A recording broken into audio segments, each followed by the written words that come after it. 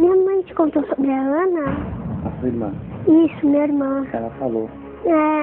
Você acha que a gente pode falar com pessoas que já morreram? Ah, não sei, acho que não. Eu vejo e falo com pessoas mortas.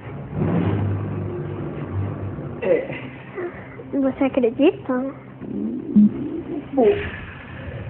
Larissa, brinca comigo. Eu não quero brincar, Ana. Agora eu tô brincando com um moço. Quem é você? Menina, para de brincadeira, o que é isso? Ela não pode brincar com você, só comigo. Eu não quero brincar, Ana. Você tem que brincar comigo sim.